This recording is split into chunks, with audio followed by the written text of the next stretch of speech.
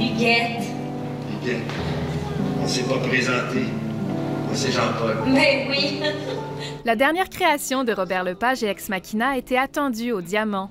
J'ai une pause à midi. Présenté au Théâtre Jean Duceppe au printemps dernier, le projet Riopelle retrace les pans marquants dans la vie de Jean-Paul Riopelle. Cette fresque biographique est racontée à travers ses relations, ses voyages et la vision d'une époque qui se veut plus libre. On parle de Riopelle, oui, on lui rend hommage, mais c'est que le public comprenne un peu mieux non seulement son œuvre, mais aussi le bonhomme. Mais il y a toute une galerie de personnages qui vient avec ça, qui est obligatoire si on veut comprendre Riopelle, et si on veut comprendre l'époque surtout. Parce que c'est un prétexte, faire un spectacle sur Riopelle, pour parler de qui on est, parler d'où on vient, d'un Québec qui est encore dans la grande noirceur, et qui tout à coup s'éveille, qui lentement pose des gestes, se sent obligé de s'exiler, revient, s'affirme.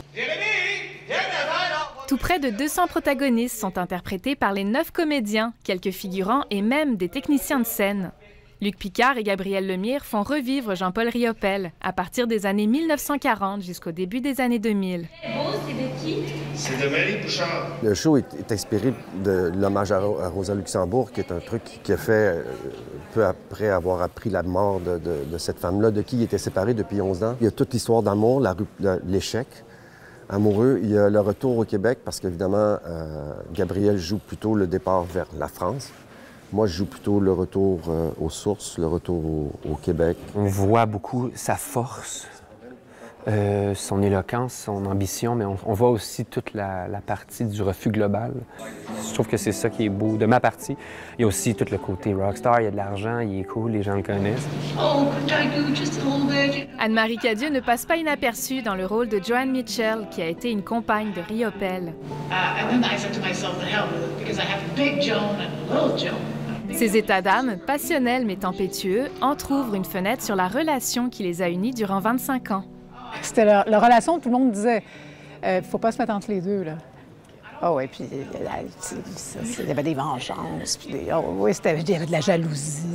Mais c'est un peu un drôle de travail quand on fait quelqu'un qui a existé, parce qu'on observe, puis on essaie de recréer quand même des manières d'être, parce que j'ai le matériel devant moi, la façon de parler, la façon de bouger, la façon de s'habiller. Donc c'est très différent d'un rôle qu'on incarne, qui est un rôle fictif. 90% des textes proviennent de véritables documents d'archives prélevés au Musée national des beaux-arts du Québec, une façon moins habituelle de travailler pour Lepage et son équipe.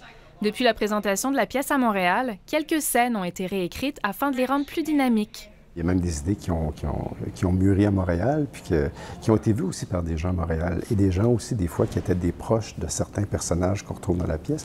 Donc, évidemment, on parle beaucoup de recherche depuis le début, mais il y a encore des gens qui sont nos contemporains, qui nous ont énormément aidés dans la fabrication de ce spectacle-là.